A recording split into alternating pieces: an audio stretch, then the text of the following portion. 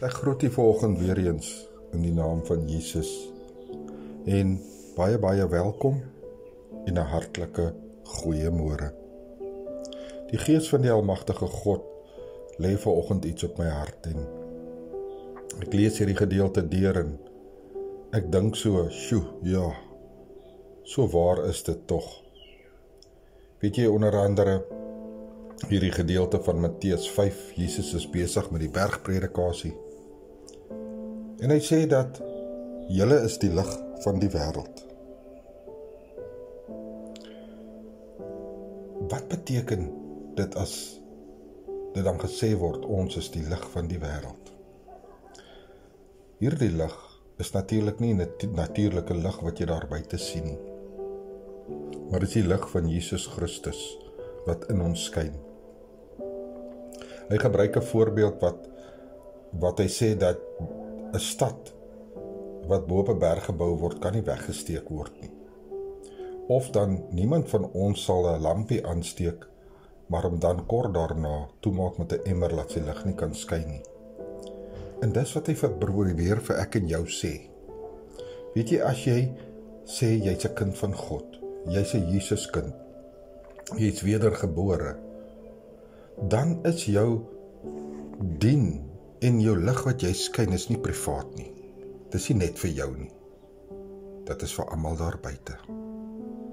En hoeveel van ons dien die Here, maar net in die privaatheid van ons huis?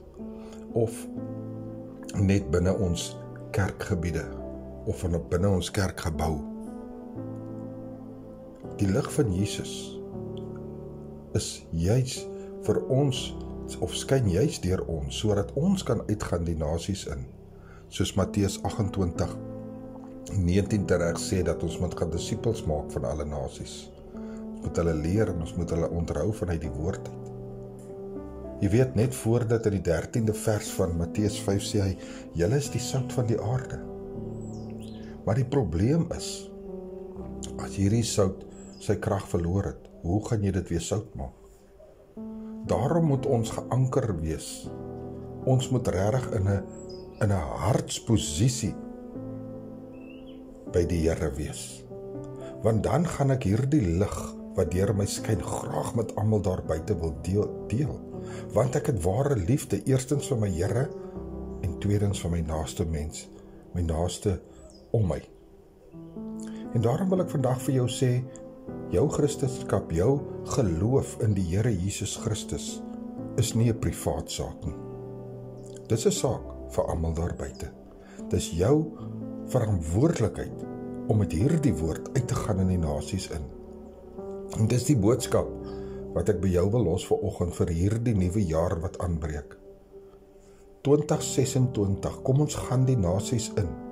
Ons gaan vertel die mense van Jesus. Ons wys vir hulle wat is dit om Jesus lief te hê. Ons wys hulle wat is dit om die woord te doen, soos Jakobus skryf. Ek is pastoor Gary, ek wil hierdie woord laat by u vanoggend. En my gebed en my hoop op die Here is absoluut dat hierdie woorde jou lese sal wees vir 2026. Baie seëngroete, brood en water, 5 minute woordbediening, en ek kom en ek sê weer vir jou, Jesus is baie lief vir jou. Amen.